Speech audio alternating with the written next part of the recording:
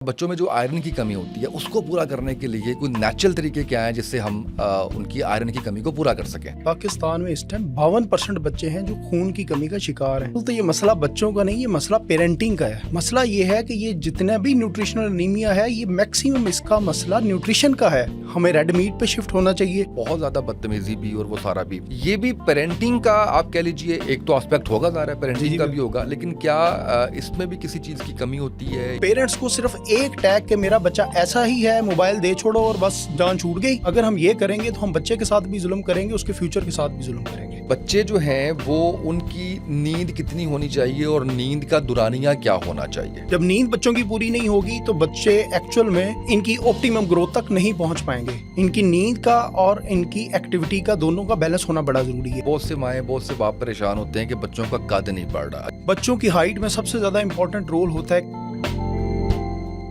बच्चों के लिए पिज़्ज़ा खाना, बर्गर खाना, कोल्ड ड्रिंक तो आपने बता दिया, फ्राइज खाना, ये चीज़ें कैसी हैं? एनर्जी जब बच्चों को ज्यादा मिलेगी तो बॉडी क्या करेगी, एपिटाइट सेंटर को क्लोज कर देगी। बच्चों को मजीद भूख जो है वो उनकी कम होती रहेगी और बच्चों की ग्रोथ के लिए हमें सब कुछ बैलेंस चाहिए। अच्छा, इसमें एक और बड़ी अहम चीज़ मैं आपसे पूछना चाहता हूँ कि बच्चों को भी शुगर हो रही है, उसकी क्या वजूहात होती है? बिस्मिल्लाहिर्रहमानिर्रहीम, अस्सलाम वालेकुम नाज़रीन, मैं उसामा तैयब आपकी खिदमत में हाजिर हूँ। मेरे साथ डॉक्टर शुएब साबिर साहब मौजूद हैं। बच्चों के कुछ मसाइल, कुछ चीज़ें, उसके ऊपर हम इनसे बात करेंगे। अस्सलाम वालेकुम डॉक्टर साहब, कैसे हैं आप? खैरियत से? ठीक है डॉक्टर साहब, ये बताइएगा कि बच्चों में जो आयरन की कमी होती है उसको पूरा करने के लिए कोई नेचुरल तरीके क्या हैं जिससे हम उनकी आयरन की कमी को पूरा कर सकें? बच्चों में आयरन की कमी या खून की कमी, पाकिस्तान में इस टाइम 52% बच्चे हैं जो खून की कमी का शिकार हैं, जिनकी उम्र 5 साल से कम है। और अगर मैं बड़ी एहतियात से बात करूं तो ये मसला बच्चों का नहीं, ये मसला पेरेंटिंग का है। ये माओं का मसला है। हमारी माएँ किचन तक उठ के नहीं जाती, बच्चों को पूरे शहर के हॉस्पिटल फिरा लेती हैं। मसला ये है कि ये जितना भी न्यूट्रिशनल एनीमिया है, ये मैक्सिमम इसका मसला न्यूट्रिशन का है कि न्यूट्रिशन अगर बच्चों की पूरी नहीं होती तो बच्चे खून की कमी का शिकार रहते हैं। तो उसकी वजह से बच्चे थके थके भी रहेंगे, बच्चों में हर टाइम चिड़चिड़ापन भी रहेगा, डल भी रहेंगे, स्कूलिंग उनकी अच्छी नहीं होगी। वो और बहुत सारी कॉम्प्लिकेशन आ सकती हैं बच्चों की अगर उनकी खून की कमी पूरी नहीं होगी। अच्छा, खून की कमी पूरी करने के लिए हमें करना क्या चाहिए? हमें रेड मीट पे शिफ्ट होना चाहिए। माएँ जब हम छोटे थे तो क्या करती थी कि आलू बॉयल करके रख दिए, हम गराए, कुछ चिकन की टिक्कियाँ, कोई बीफ की टिक्कियाँ, कोई कीमा बना के रख दिया। अगर वो सारी चीज़ें आज भी माएँ अगर उस चीज़ों पे शिफ्ट होंगी तो ये बच्चों की खून की कमी बिल्कुल पूरी हो सकती है। इनको न्यूट्रिशन को बैलेंस करने की ज़रूरत है। मीट को, इनको खजूरें इसमें ऐड करें, गोश्त ऐड करें, कलेजी ऐड करें, तो ये न्यूट्रिशनल जो डेफिशिएंसी है आयरन की, ये पूरी हो सकती है। बिल्कुल सही। अच्छा, कुछ बच्चे हम देखते हैं कि बादी नज़र में उनकी नाक हमें बिल्कुल सही जो है वो फंक्शनल उस तरह से नज़र आ रही होती है, लेकिन मुंह से सांस लेते हैं। ये क्या कोई आप कह लीजिए कि इसमें कोई हर्ज है या ये नेचुरल है, ठीक है, इससे फ़र्क नहीं पड़ता, या आपको नाक से सांस लेना भी चाहिए? अच्छा, माओं को ये लगता है कि ये बच्चे की आदत है। एक्चुअल में ये आदत नहीं है, इसके हमें पैथोलॉजी को समझने की ज़रूरत है कि अगर नाक बंद है तो रास्ते का प्रॉब्लम है। हो सकता है कि अगर हम देखते हैं सबसे पहले नाक के इर्द गिर्द गदूद हों बच्चे के, नाक के पीछे जिसे हम एडिनोइड्स कहते हैं जो बैक साइड पे, वो गदूद फूले हुए हों। उसके अलावा पीछे गले में टॉन्सल्स बने हों तो बच्चे तब भी मुंह खोल के सांस लेते हैं। अगर इस तरह का टाइम होगा, अगर बच्चे, माएँ या पेरेंट्स इग्नोर करते रहेंगे तो फिर ये हम ऑपरेशन की तरफ ही जाते रहेंगे। ऑल्दो होम्योपैथिक में हम इग्नोर नहीं करना चाहिए। बिल्कुल इसको इग्नोर नहीं करना चाहिए। ये आपको डीप पैथोलॉजी में इन्वॉल्व कर देंगे। बच्चे स्नोरिंग करेंगे, छोटी उम्र में बच्चे आपके खराटे लेने शुरू कर देंगे। फिर आप अल्टीमेटली किस चीज़ पर जाएंगे? एक मॉडर्न मेडिसिन में, वो कहेंगे ऑपरेट करवा लें। ऑल्दो हम होम्योपैथिक में हम मेडिसिनली इसको ट्रीट कर सकते हैं, लेकिन पेरेंट्स को इसको इग्नोर बिल्कुल नहीं करना। बिल्कुल सही है। दूसरा मुझे ये बताइएगा कि गुस्सा, बेचैनी, बोर हो रहा हूँ, बच्चे हर वक्त आजकल यही हमें नज़र आ रहा होता है, और बहुत ज़्यादा बदतमीज़ी भी और वो सारा भी, ये भी पेरेंटिंग का आप कह लीजिए एक तो एस्पेक्ट होगा, ज़ाहिर है पेरेंटिंग का भी होगा, लेकिन क्या इसमें भी किसी चीज़ की कमी होती है या बच्चे को इसको भी अटेंड करना चाहिए इस मामले के ऊपर, या ये देखे कि ठीक है, एनर्जेटिक है, एनर्जी है, इस वजह से ये सारा कुछ हो रहा है? हमारे ना पेरेंटिंग की लगर्जी का आलम ये है कि या तो हम बिल्कुल बच्चे को टैग करके ना कि ये बच्चा बदतमीज़ है, हमें कुछ ना करना पड़े, हम बिल्कुल बच्चे को छोड़ देते हैं। दूसरा एस्पेक्ट ये, जितनी ही आपने बात की कि बच्चा ऐसा बिल्कुल हो सकता है कि मेडिकली बच्चे को प्रॉब्लम हो, बच्चे को कोई न्यूट्रिशनल डेफिशिएंसी हो, बच्चे को खुराक की कमी हो, बच्चे को नींद की कमी हो, आयरन की कमी हो, जिसकी वजह से बच्चा चिड़चिड़ापन रह रहा है, उसको मेडिकली और भी इश्यूज़ हो सकते हैं। एडीएचडी हो सकता है, कोई लाइफ की स्ट्रेस हो सकती है, स्कूल में स्ट्रेस हो सकती है, घर में स्ट्रेस हो सकती है। तो पेरेंट्स को सिर्फ एक टैग के मेरा बच्चा ऐसा ही है, मोबाइल दे छोड़ो और बस जान छूट गई, अगर हम ये करेंगे तो हम बच्चे के साथ भी जुल्म करेंगे, उसके फ्यूचर के साथ भी जुल्म करेंगे। बिल्कुल सही। तो ये हमें पेरेंट्स को फोकस ये करना चाहिए कि बिहाइंड उसके बैक साइड पे और क्या क्या इश्यूज हो सकते हैं, मेडिकल चीज़ें, उसको भी हमें at the same time cater करने की ज़रूरत है। बिल्कुल सही है। अच्छा दूसरा डॉक्टर साहब मुझे ये बताइएगा कि बच्चे जो हैं वो उनकी नींद कितनी होनी चाहिए और नींद का दुरानिया क्या होना चाहिए? अच्छा देखें, बच्चों के अगर हम बात करते हैं तो बच्चों की नींद और बच्चों की एक्टिविटी, ये बहुत इंपॉर्टेंट फैक्टर्स हैं। एक हमने बात की कि पाकिस्तान में जो स्टंटेड ग्रोथ है, जिन बच्चों की ग्रोथ पूरी नहीं हो रही, उनका इस टाइम पे अदद है 42%। 42% बच्चे हैं जो पूरी अपनी फिजिकल ग्रोथ पे या हाइट पे नहीं पहुंच रहे। उसमें एक बहुत बड़ा फैक्टर नींद का भी है। नींद, जब बच्चे 10 बजे से पहले पहले सोएंगे तो एक ग्रोथ हार्मोन जो है वो ऑप्टिमम रिलीज होता है, तो इनकी ग्रोथ प्रॉपर होती है। जब नींद बच्चों की पूरी नहीं होगी तो बच्चे एक्चुअल में इनकी ऑप्टिमम ग्रोथ तक नहीं पहुंच पाएंगे। इनकी नींद का और इनकी एक्टिविटी का, दोनों का बैलेंस होना बड़ा ज़रूरी है। और बच्चों की नींद जो है 8, 10, 12, 14 घंटे तक होती है। जिस तरह बच्चों की एज कम होती है तो बच्चों की नींद ज़्यादा होती है, जैसे जैसे एज बढ़ती रहती है थोड़ी थोड़ी नींद कम होती है। लेकिन हमारे पेरेंट्स क्या करते हैं, मोबाइल दे के छोड़ देते हैं, खुद भी नहीं पता होता बच्चा सो भी रहा है कि जाग रहा है, सारी रात गेमें खेले, कार्टून देखे, तो हम इग्नोर करते हैं। ऐसी कोई खुराक, ऐसी कोई डाइट बताइए जिससे बच्चे की नज़र की हिफाजत हो सके। बच्चों की नज़र हम देख रहे हैं कि कमज़ोर हो जाती है, ऐनकें लग जाती हैं। उसकी ज़ाहिर है कि एक बहुत बड़ी वजह ये है कि आप टीवी बहुत देखते हैं, आप मोबाइल बहुत देखते हैं, स्क्रीन टाइम आपका बहुत ज़्यादा है। लेट के भी समटाइम्स बच्चे जो है वो देख रहे हैं। हमें तो याद है कि हमें तो पढ़ने नहीं दिया जाता था लेट जी के, बिल्कुल। या लाइट की डायरेक्शन उस पर जो है वो इफेक्ट कर रही होती है। लेकिन कुछ डाइट के अंदर भी चीज़ें ऐसी होती हैं जिससे आपकी नज़र की हिफाजत हो जाती है, या इवन कुछ नज़र आपकी -1 -2 तक पहुंच गई है तो वो भी रिवर्स हो जाती है। तो इस हवाले से बताइए। अच्छा देखिए, मैं अगर आपके क्वेश्चन को थोड़ा सा ब्रॉडर एस्पेक्ट में करूं, सिर्फ नज़र नहीं, हमें ओवरऑल बच्चे को देखना चाहिए कि हमारे बच्चों की ग्रोथ प्रॉपर हो सके तो क्या डाइट होनी चाहिए कि जिसकी वजह से हमारे बच्चे ऑप्टिमम ग्रोथ भी हो, फिजिकल भी, मेंटल भी, उनका इंटेलिजेंस का लेवल भी बेहतर हो। उसके लिए सबसे इंपॉर्टेंट चीज़ है कि बच्चों में बेशक कार्बोहाइड्रेट हो, फैट हो, प्रोटीन हो, ये वाली जितनी भी चीज़ें, मीठी चीज़ें, मीठे से मुराद ये है कि हम रोटी देते हैं बच्चों को जिसमें कार्बोहाइड्रेट का अंसर ज़्यादा है, ये एक आस्पेक्ट होता है। प्रोटीन गोश्त वाली चीज़ें होती हैं। उसके अलावा हम ऑयली चीज़ें देते हैं। ये नॉर्मली सारे घरों में ऑलमोस्ट पूरा कर लेते हैं। इसके अदर दैन देट हम जो इनके बच्चों का रूटीन में ड्राई फ्रूट्स और वेजिटेबल्स, हम इस पे तवज्जो ही नहीं देते। हम नहीं देंगे। अब बच्चों में अगर आप सौंफ ज़्यादा देते हैं, विटामिन ए, गाजरें बहुत ज़्यादा इसमें इंपॉर्टेंट है। जो नज़र की स्पेसिफिकली अगर हम बात करते हैं तो उसमें गाजर का जूस है, वो एक बहुत अहम किरदार अदा करता है। तो हमें ओवरऑल बच्चों की जो डाइट के हवाले से अगर बात करते हैं तो डाइवर्स जितनी डाइट होगी वो सबसे अच्छी होती है। बिल्कुल सही है।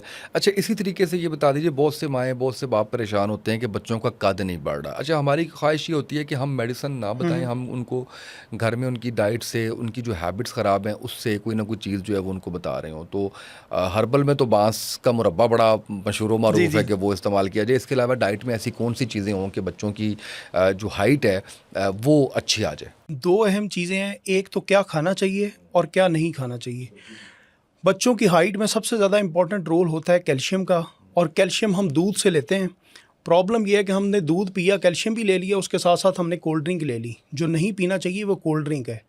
इवन यहाँ तक अगर आपको पता चले कि आपके बच्चे जिस स्कूल में पढ़ते हैं उसमें कोल्ड ड्रिंक बिकती है और वो प्राइमरी तक स्कूल का बच्चा है, तो आप उस पर पर्चा करवा सकते हैं कि ये इतनी ख़तरनाक है, क्योंकि ये जो बोतल के अंदर होता है फास्फोरिक एसिड, वो कैल्शियम को हड्डियों से भी निकाल लेता है और आपके बच्चों की ग्रोथ, आपने न्यूट्रिशन अच्छी भी दी और वो ज़ाया हो गई।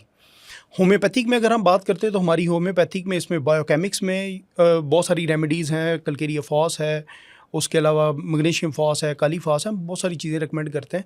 बट अदर दैन दैट हम पेशेंट को ओवरऑल भी देखते हैं, हम डाइटरी फैक्टर भी देखते हैं और उनकी लाइफस्टाइल को भी देखते हैं। ये बताइएगा मुझे कि बच्चों की जो हड्डियाँ मजबूत करनी हो तो उसके लिए क्या करना चाहिए, क्या डाइट लेनी चाहिए? बच्चों को हड्डियाँ मजबूत करना चाहिए, दूध उनका बहुत इंपॉर्टेंट फैक्टर है। दूसरा, उनको उस टाइम पे बोतल नहीं देनी चाहिए, चाय नहीं देनी चाहिए, जो हम बहुत ज़्यादा साथ में करते हैं।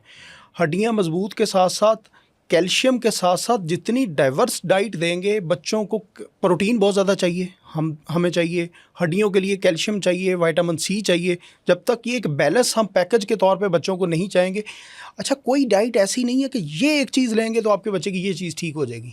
ये ओवरऑल एक पैटर्न होता है जो माओं को समझना होता है कि मेरे बच्चे को अगर वो ओवरऑल हेल्दी डाइट है, हेल्दी स्लीप है, हेल्दी उसकी एक्टिविटी है, अगर ये सब कुछ टिक टिक गुड है तो आपका बच्चा ओवरऑल उसकी फिजिकल ग्रोथ भी होगी, हड्डियों की भी, मेंटल ग्रोथ भी प्रॉपर होगी। बिल्कुल सही है। अच्छा मुझे ये भी बताइएगा कि बच्चों के लिए पिज़्ज़ा खाना, बर्गर खाना, कोल्ड ड्रिंक तो आपने बता दिया, फ्राइज़ खाना, ये चीज़ें कैसी हैं? देखिए बच्चों को हम मना क्यों करते हैं, एक तो इसमें ऐसा होता है कि ये हाईली एनर्जेटिक फूड ज़रूर है, इसमें जो न्यूट्रिशनल वैल्यूज़ है ना वो कम होती हैं। एनर्जी जब बच्चों को ज़्यादा मिलेगी तो बॉडी क्या करेगी, एपिटाइट सेंटर को क्लोज़ कर देगी, बच्चों को मज़ीद भूख जो है वो उनकी कम होती रहेगी। और बच्चों की ग्रोथ के लिए हमें सब कुछ बैलेंस चाहिए। और अगर हम नमक बहुत ज़्यादा लेते रहेंगे तो बच्चों का एक ख़ास किस्म का टेस्ट ही डेवलप हो जाएगा। बच्चे उसके अलावा जितनी भी नेचुरल फूड है उनको अनार दे दें, बच्चे नहीं खाएंगे। उनको कहें कि आप ये कोई खजूर खा लें या कोई फल ले लें, ड्राई फ्रूट ले लें, वो नहीं खाएंगे। तो इसलिए इस तरह की डाइट अगर महीने में 1 दफ़ा 2 दफ़ा अगर बच्चे ले भी लें तो ठीक है। अगर रेगुलर आप इस पे शिफ्ट कर देंगे कि ये भी एक खुराक ही है, बच्चा खा रहा है, बच्चे की ग्रोथ प्रॉपर हो जाएगी, तो ये नेगेटिव ले जाएगी बच्चों को। अच्छा डॉक्टर साहब मुझे ये बताइएगा कि ये तो हमने चलें वो खाने पीने वाली चीज़ों की उस तरह से बात कर ली जो फूड के अंदर आ रहा होता है। ये जो आप कह लीजिए कि बच्चे टॉफ़ियाँ खाते हैं बहुत ज़्यादा या स्नैक्स लेते हैं, ये उनकी हेल्थ पे कैसे इफ़ेक्ट कर रहे होते हैं? देखिए जब बच्चे टॉफ़ी खाते हैं, बच्चे को एक टाइम पे भूख लगी, बच्चे ने 2 टॉफ़ियाँ खा लीं, उससे क्या होता है कि ब्लड शुगर लेवल इम्प्रूव हुआ, दिमाग को ये मैसेज आया, उसको दिमाग को नहीं पता कि बच्चे ने इस टाइम पे पूरा खाना खा के ये ब्लड शुगर लेवल अचीव किया है या 2 टॉफ़ियाँ खा के किया है। उसकी भूख उस टाइम की ख़त्म हो गई, भूख मर जाएगी। बच्चे के आप उसामा साहब ये देखें कि 30 दिन में से अगर 25 दिन के एक खाना स्किप होता रहे तो बच्चे की हेल्थ पे क्या इफेक्ट आएगा। बच्चा तो 1 महीने में वो 1 kg 2 kg वेट गिर जाएगा उसका, मज़ीद उसकी ग्रोथ रुक जाएगी, हाइट नहीं होगी, वेट नहीं होगा। अच्छा एक और चीज़ है कि बच्चे आजकल ना बड़ी यंग एज से हमें 10-12 साल की एज में पेट भी निकले हुए नज़र आते हैं, बल्कि भी नज़र आते हैं। वो भी बैड ईटिंग हैबिट्स की वजह से वो होता है। 2 चीज़ें हैं, एक तो बैड ईटिंग हैबिट्स है, जिस तरह आपने पहले भी जिक्र किया कि बच्चे अगर बहुत ज़्यादा जंक फूड खाते रहेंगे तो वो क्या करेगी, वो बच्चे फिर ओबेसिटी में जाना शुरू हो जाएंगे। दूसरा उनकी एक्टिविटी नहीं है। हर बच्चा आप देखें ना कि 6 घंटे 8 घंटे 7 घंटे मोबाइल पे बैठा हुआ है, फिजिकल एक्टिविटी ख़त्म हो गई, खेलें ख़त्म हो गई, बाहर जाना आना ख़त्म हो गया, आउटिंग ख़त्म हो गई। हम कहते हैं घर में ही बैठ के तो वो क्रिकेट वाली को गेम खेल लें तो खेल लें, बाहर जाना ख़त्म हो गया। तो बच्चों में क्या हुआ, 2 किस्म के एक्सट्रीम आने लगी बच्चों को लेके। एक एक्सट्रीम तो ये आने लगी कि बच्चों की ग्रोथ बिल्कुल ही स्टंटेड चले गए, और दूसरी एक्सट्रीम ये आने लगी कि बच्चे मोटापे में चले गए। हमें दरमियान में रहने की ज़रूरत है। अच्छा इसमें एक और बड़ी अहम चीज़ मैं आपसे पूछना चाहता हूँ कि बच्चों को भी शुगर हो रही है, उसकी क्या वजूहात होती हैं? अच्छा बच्चों में जिस तरह हमने बात की कि हमने बहुत ओवरली बच्चों को जंक फूड पे शिफ्ट कर दिया।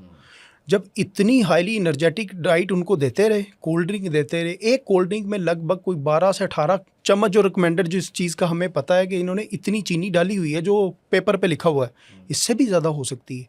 अब ये बच्चे बार बार लेते रहेंगे तो अपने पेंक्रियाज को टाइम से पहले उसको इतना एग्जॉस्ट कर देंगे, बूढ़ा कर देंगे। तो बच्चों में क्या होना शुरू हो गया, टाइप 2 डायबिटीज़ का जो रिस्क बहुत ज़्यादा एडवांस एज में था वो अर्ली आना शुरू हो गया। और ये सारी चीज़ें इंटरलिंक्ड हैं उसामा साहब, ओबेसिटी, मोटापा। अब मैंने एक बच्चा देखा, उसकी एज थी लगभग 12 साल उसकी एज थी और उसका वेट था 82। अब उसकी ये सारी गर्दन, जितने भी इंसुलिन रेजिस्टेंस के साइंस हैं सारे उसमें पूरे थे। तो मैंने कहा कि आपके बच्चे को शुगर भी हो गई, हाँ करीब इसको दिल के भी मसाइल आने शुरू हो जाएंगे। बिल्कुल सही है, बिल्कुल सही। तो इतनी डाइट early हमारा age बहुत में जो है ज़्यादा वो सर, हमारा डाइट और एक्टिविटी, बच्चों को, पेरेंट्स को 2 चीज़ों का हमेशा ख्याल रखना चाहिए कि आपके बच्चों की जो डाइट है वो नॉर्मल है या नहीं है, और उनकी जो फिजिकल एक्टिविटी है वो नॉर्मल है या नहीं है। अच्छा डॉक्टर साहब एक चीज़ और भी मुझे बताएं कि कौन सी ऐसी डाइट है जिसके खाने से आप में विटामिन्स की, मिनरल्स की, इन चीज़ों की कमी नहीं होती बच्चों में? उसामा साहब सबसे ज़्यादा जो बैलेंस डाइट है वो ये है कि अल्लाह ताला ने हर सीज़न के हवाले से नए नए फल पैदा किए हैं। गर्मी आएंगी तो उसके फल और हैं, मैंगो हैं, सर्दियाँ आएंगी ऑरेंजेस आ जाएंगे, विटामिन सी है, अमरूद आ गए, उसमें अलग अलग चीज़ें। जिन घरों में ये हैबिट है ना कि जो सीजनल फल है, जो सीजनल फ्रूट्स हैं और ड्राई फ्रूट्स हैं, आप उस पर अब रेगुलर लेते रहें, अपनी डाइट का हिस्सा बना लें, आपके बच्चों को, आपके बड़ों को ये न्यूट्रिशन के इश्यूज़ होंगे ही नहीं, आपको अलग से विटामिन लेने की ज़रूरत ही नहीं पड़ेगी। और एक एडिशनल ये बात बताऊं कि जब हम बच्चों को ड्राई फ्रूट देते हैं या इवन बादाम देते हैं तो उनको भिगो के देने चाहिए।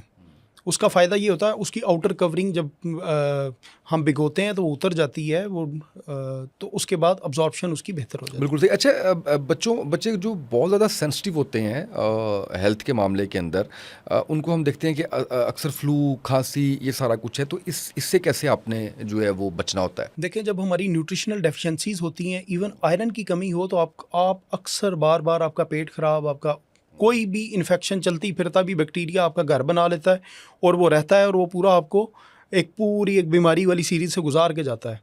तो हमें ये करना चाहिए पेरेंट्स को कि हमें अपनी डाइट भी, बच्चों की साइकोलॉजिकल हेल्थ बहुत ज़्यादा इंपॉर्टेंट है। हमें अपने बच्चे को ये भी देखना है कि क्या ये कोई उस चीज़ में तो नहीं जा रहा, कोई नफसाती चीज़ों में तो नहीं जा रहा। जनरली तौर पे बच्चे इतना ज़्यादा बीमार नहीं होते। अगर वो बीमार हैं तो आपको डॉक्टर से कंसल्ट करने की ज़रूरत है।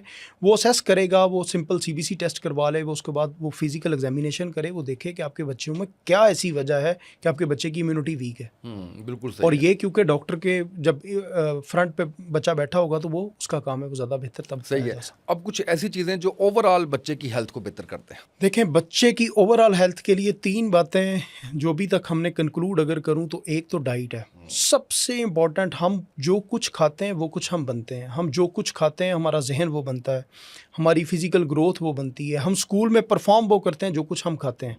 दूसरा, हमारी नींद। अगर हम अपने बच्चों की नींद के बारे में कॉन्शियस नहीं हैं कि बच्चे मेरे किस टाइम पे सोते हैं। उसामा साहब, मैंने ऐसे बहुत सारे बच्चे देखे, पेरेंट्स देखे, मैंने पूछा आपका बच्चा क्या करता है? वो कहते हैं यार पता नहीं, मैं जब रात को सोता हूँ तो तब भी मोबाइल देख रहा होता, सुबह उठता हूँ तो अक्सर इसने तब भी मोबाइल पकड़ा होता है। और 6-6 साल के बच्चे अभी तक बोलना स्टार्ट नहीं हुआ, इतनी डेवलपमेंटल डिले में आना शुरू हो गए। हमने डाइट की बात की, हमने नींद की बात की, हमने फिज़िकल एक्टिविटी की बात की। तो इनको फिज़िकल एक्टिविटी की ज़रूरत है। ये भागेंगे, दौड़ेंगे, थकेंगे नहीं, इनको भूख नहीं लगेगी, ये नेक्स्ट टाइम का खाना कैसे मांगेंगे? अक्सर माएँ आकर कहती हैं मेरे बच्चे को भूख ही नहीं लगती। एक तो उनका कुछ साइकोलॉजिकल प्रॉब्लम भी आ सकते हैं, कुछ ये न्यूट्रिशनल प्रॉब्लम भी साथ हैं। और फिजिकल एक्टिविटी, जब कोई जो कुछ खाया है उसको हजम ही कुछ नहीं करेंगे तो नेक्स्ट टाइम भूख कैसे लगेगी? वो कैसे लगेगी? बिल्कुल सही है। अच्छा, इसमें एक चीज़ रह गई थी, एक दो चीज़ें रह गई थी बड़ी इंपॉर्टेंट, कि बच्चे की याददाश्त तेज़ करने के लिए उसको क्या खिलाना चाहिए?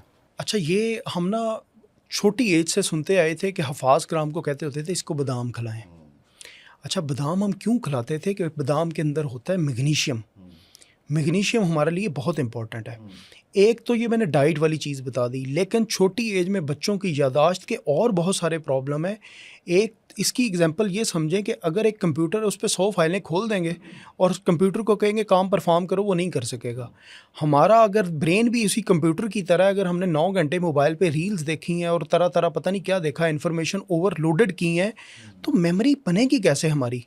अच्छा, मेमोरी के लिए ये है कि कोई भी इन्फॉर्मेशन हमारे पास आई, वो दिमाग के पास कुछ देर ठहरेगी, वो उसको स्टोर करेगा प्रॉपर, नेक्स्ट टाइम उसे रिकॉल करेगा।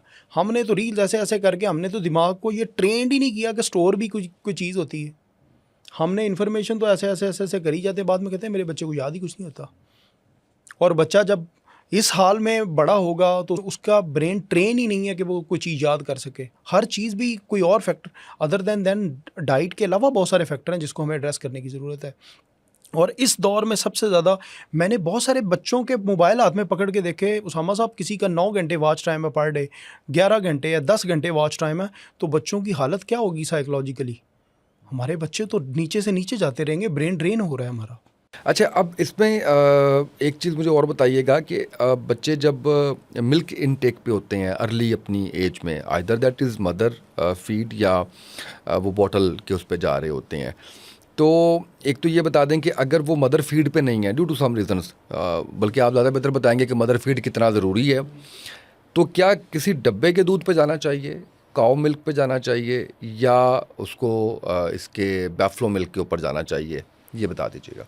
सबसे पहले तो जो हाईली रिकमेंडेड है वो है मदर मिल्क। माँ के दूध का मुतबादल दुनिया में अभी तक कोई चीज़ भी नहीं है। इवन दुनिया के जिस डब्बे के दूध पे उठाएंगे तो उसके नीचे लिखा हुआ है कि ये माँ के दूध का निमल बदल नहीं है।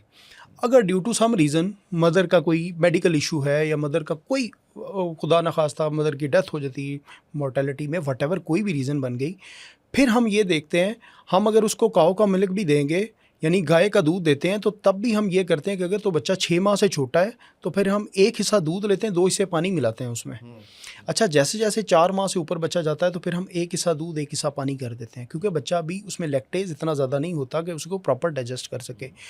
अगर फिर भी ऐसा हो सकता है कुछ लोगों को कि उसको लैक्टोज इंटॉलरेंस हो, दूध हज़म ही ना हो रहा हो, तो फिर हम कोई ना कोई अल्टरनेटिव, कोई डब्बे के दूध पे या किसी चीज़ पे बिल्कुल शिफ्ट हो सकते हैं। एक बात आपने पहले की थी कि बच्चों में खून की कमी की एक बहुत बड़ी वजह ये है कि जब माएँ 6 माह से ऊपर बच्चा नॉर्मली तौर पे भी जाता है तो हम उसको अल्टरनेटिव जो डाइट पे शिफ्ट करना था वो नहीं करते प्रॉपर, वो देर करते रहते हो, तो हमारे सारे बच्चे ऑलमोस्ट जो है न्यूट्रिशनल एनीमिया में चले जाते हैं। तो इसलिए तो हमें ये प्रेफरेबल ये है कि मदर मिल्क पे जाना चाहिए और 6 माह के बाद हमें अल्टरनेटिव डाइट पे शिफ्ट हो जाना चाहिए। 6 माह के बाद अल्टरनेटिव डाइट पे? 6 माह के बाद हमें मदर मिल्क को थोड़ा थोड़ा कम करते रहते हैं और वीनिंग स्टार्ट करते हैं अच्छा, बच्चों नहीं, को नरम डाइट में। मेरा जो अगला सवाल था वो कुछ इस तरह से था कि मैंने अक्सर डॉक्टर्स को, चाइल्ड स्पेशलिस्ट को ये कहते हुए सुना शायद 2-2.5 साल की उम्र के बाद से कि अब इसको मुकम्मल तौर पे आप जो है वो जो मिल्क है उस पे ना रखें, उसका कोई 1 बॉटल कर लें पूरे दिन के अंदर, अब इसको आप सॉलिड फूड पे लेके आएँ। वो एज कौन सी होती है, उसके पीछे वजह क्या होती है? अच्छा, वो जो एज है नेचुरली तौर पे अगर बच्चा 1 साल की, जब वो 1 साल की एज को पहुंच जाता है तो जो कुछ बड़े खा रहे हैं 100% बच्चे को वो सारा कुछ दें थोड़ी मिकदार में। 2 साल के बाद बच्चे के रिकमेंडेड ये है कि 1 दिन में आधा किलो से ज़्यादा दूध नहीं पीना चाहिए 24 घंटे में। अच्छा, जो बच्चे ज़्यादा दूध पीते हैं उनको भी खून की कमी होती है, क्योंकि कैल्शियम आयरन की अब्जॉर्प्शन को रोक देता है। तो उससे क्या होता है कि हम भी रिकमेंड करते हैं कि अगर बच्चा आपका फिर भी कंटिन्यूसली दूध फीडर पी रहा है तो ये आपका और न्यूट्रिशनल मसाइल में और बढ़ जाएंगे आपके। सॉलिड डाइट 1 साल के बाद बच्चे को प्रॉपर उस पर शिफ्ट कर देना चाहिए और आहिस्ता आहिस्ता बच्चे के जितने भी टेस्ट बड्स हैं एक्टिव करवाना चाहिए। मीठा, खट्टा, कभी नींबू हम निचोड़ते हैं, कभी मीठा देते हैं बच्चे को, फीकी चीज़ें, मुख्तलिफ टेस्ट बड उसके एक्टिव करवाते हैं। बिल्कुल सही है डॉक्टर साहब, थैंक यू सो मच, आप तशरीफ लाए और आपने वक्त निकाला। नेक्स्ट इंशाल्लाह आपके साथ जब हम करेंगे तो कुछ थोड़ा सा आप कह लीजिए कि ऐसी बीमारियां जिसमें ब्लड प्रेशर है, जिसमें जिगर के मसाइल हैं, जिसमें आपके स्टमक के, गट के हैं, तो उसके ऊपर आपको ज़हमत देंगे इंशाल्लाह। आज मैं चाह रहा था कि बच्चों के हवाले से एक खुसूसी नशिस्त आपके साथ हो जाए। आप तशरीफ लाए, आपका बहुत शुक्रिया। आज के पॉडकास्ट से इतना ही, इजाज़त दीजिए, अल्लाह हाफ़िज़।